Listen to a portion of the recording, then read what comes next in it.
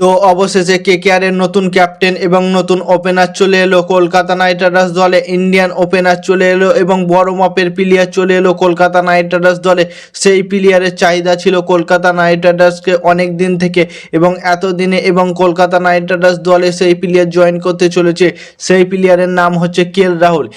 রাহুল প্রায় অনেক দিন পর কলকাতা নাইট রাইডার্স দলে জয়েন করতে চলেছে, কারণ রাহুল হচ্ছে বড় মাপের প্লেয়ার এবং সে দিল্লি ক্যাপিটাল দলে এখন বর্তমানে আছে এবং কলকাতা নাইট রাইডার্স দলে ট্রেড হওয়ার সম্ভাবনা অথবা অকশন থেকে কিনতে চায়। কলকাতা নাইট রাইডার্স দলে একটা বড় মাপের ইন্ডিয়ান ওপেনিং প্লেয়ার দরকার এবং রাহুল সেই জায়গায় বেস্ট হবে এবং অধিনায়কতা খুব সুন্দরভাবে করতে পারবে। রাহুল অনেক দিন ক্যাপ্টেন্সি করেছে ইন্ডিয়ার টিম হয়ে এবং ইন্ডিয়ার ওডিআই টিমেরও একটা ক্যাপ্টেন ছিল ওরে রাহুল। সেক্ষেত্রে কলকাতা নাইট রাইডার্স দলের বেস্ট অপশন হবে রাহুলকে। রাহুল একটা ইন্ডিয়ান প্লেয়ার এবং অনেক বড় মাপের প্লেয়ার। এখন সে ইন্ডিয়ার দুটি ফর্মেট থেকে খেলছে, ওডিআই এবং টেস্টের পার্মানেন্ট প্লেয়ার হয়ে গেছে এবং সে টি-20-রও খেলার যোগ্যতা রাখে রাহুল। সেক্ষেত্রে কলকাতা নাইট রাইডার্স এবং দিল্লির মধ্যে একটা ট্রেড নিউজ আসতে পারে, দেখবে তোমরা। এবং সেক্ষেত্রে কলকাতা নাইট রাইডার্স দলে রাহুল আসার এত উৎসুক কেন সেটাই বলছি। দিল্লি ক্যাপিটালের বর্তমানে এখন ক্যাপ্টেন আছে অক্ষর প্যাটেল। সেখান থেকে দিল্লি ক্যাপিটাল দলে ঋষভ পান্ত এলো এবং ঋষভ পান্ত দিল্লি ক্যাপিটাল দল থেকে ক্যাপ্টেন্সি করেছে অনেক দিন থেকে এবং আবার এসেছে ঋষভ পান্ত দলে এবং গোয়েঙ্কার যে টিম আছে সেখান থেকে ঋষভ পান্তকে আবারও তারা ক্যাপ্টেন্সি তুলে দেবে এবং রাহুল সেখানে থাকবে, সেখানে ক্যাপ্টেন্সি পাবে না রাহুল। অক্ষর প্যাটেল তো ভালোভাবে ক্যাপ্টেন্সি করতে পারেনি 2026 আইপিএলে, তাই অক্ষর প্যাটেলকে মনে হয় চেঞ্জ করে যে রাহুলকে ক্যাপ্টেন্সি দিতে পারে। কারণ রাহুলকে ক্যাপ্টেন্সি যদি না দেয় সেক্ষেত্রে ঋষভ পান্তকে ক্যাপ্টেন্সি কনফার্ম দিবে দিল্লি ক্যাপিটাল। ঋষভ পান্তকে ক্যাপ্টেন্সি দিলে কলকাতা নাইট রাইডার্স দলে রাহুলে আসার চান্স অনেকটা থাকবে। তার জন্য বলছি কলকাতা নাইট রাইডার্স দলে রাহুল আসবে এবং ক্যাপ্টেন্সি করবে, কারণ রাহুল বড় মাপের প্লেয়ার।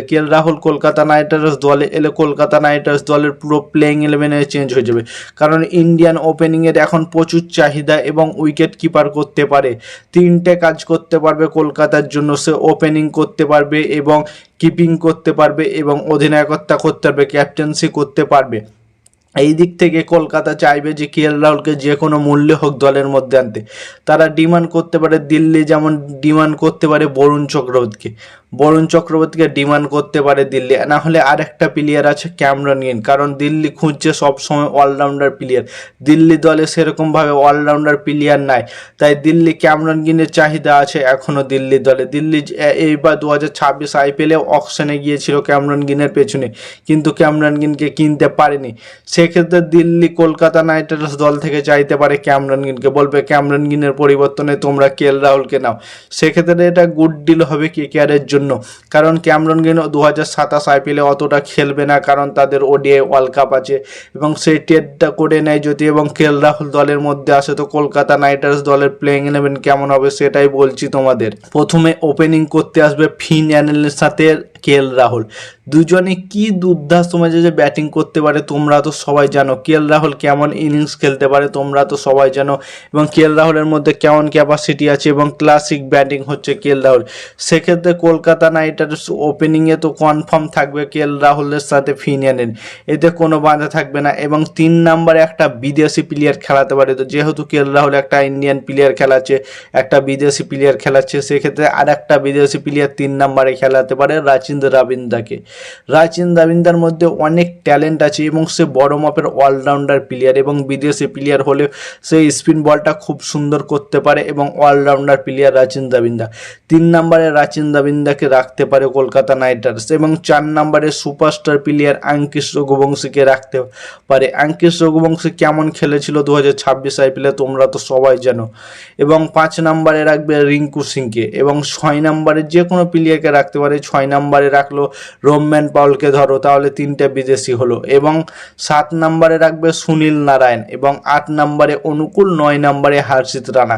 কলকাতার প্রপার 9 জন ব্যাটিং থাকবে এবং সেক্ষেত্রে কলকাতা নাইট রাইডার্স বোলিংয়ে যাবে বরুণ চক্রবর্তী আছে, কার্তিক তোগি আছে, উমরান মাল্লিক আছে, এরা তো সবাই আছে বোলিং অ্যাটাকটাকে সামলানোর জন্য। কলকাতার কাছে সব থেকে বেস্ট হবে ওপেনিং জুড়ি এবং মিডিল অর্ডারে খেলার জন্য রাচিন্দ্র রবীন্দ্র, আঙ্কিশ রঘুবংশী এবং রিঙ্কু সিং, এরা খুব সুন্দরভাবে খেলতে পারে এবং ফিনিশিং টাচটা দেবে রোম্যান পাওয়ার, সুনীল নারায়ণ, অনুকূল রয় এবং হর্ষিত রানা এখন খুব সুন্দরভাবে বল করতে পারছে এবং ব্যাট করতে তো খুব সুন্দর। হর্ষিত রানা এখন অলরাউন্ডার প্লেয়ার হয়ে গেছে।